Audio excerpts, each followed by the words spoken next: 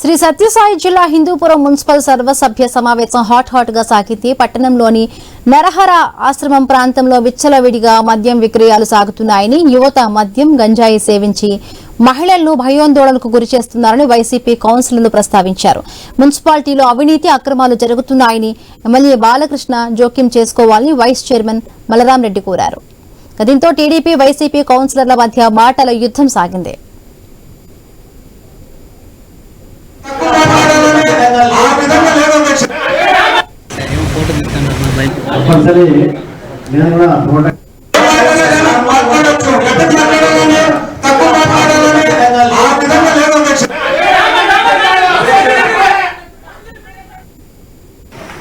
Evening 8 to 10 అక్కడ కర్ణాటక మధ్యము బ్రహ్మాండంగా అక్కడే బోయపేటలో నాగలకట్ట దగ్గర అమ్ముతాం మనం. మళ్ళీ తీసుకొచ్చి అక్కడ ఆ చాటుకుపోయి ఆ మద్యం దాగడం, ఆ మద్యం యొక్క ప్యాకెట్లు అన్నీ అక్కడే ఉంటాయి. ఓన్లీ కర్ణాటక మద్యం.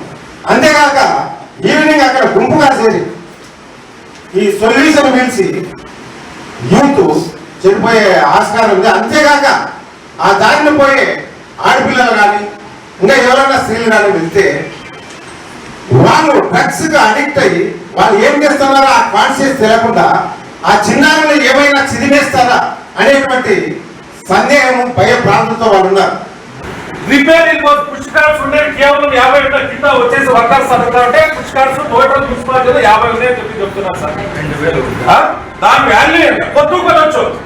అట్లాంటి పరిస్థితుల్లో ఈ పొద్దు వచ్చేసి వాళ్ళు కేవలం రిపేరింగ్స్ కోసం అనేసి 10 లక్షల పైన ఖర్చు చేయడం అనేటువంటి జరిగింది. దీనిపైన కౌన్సిల్ సభ్యుల యొక్క నిర్ణయం ఏంటి? మీకే వదిలేస్తాను. ఇది జరిగిన దాదాపు అంటే ₹1 కోట్ల పైన చెక్కులు పంపిణీ చేసినాడు. మీరు సమర్థిస్తారా?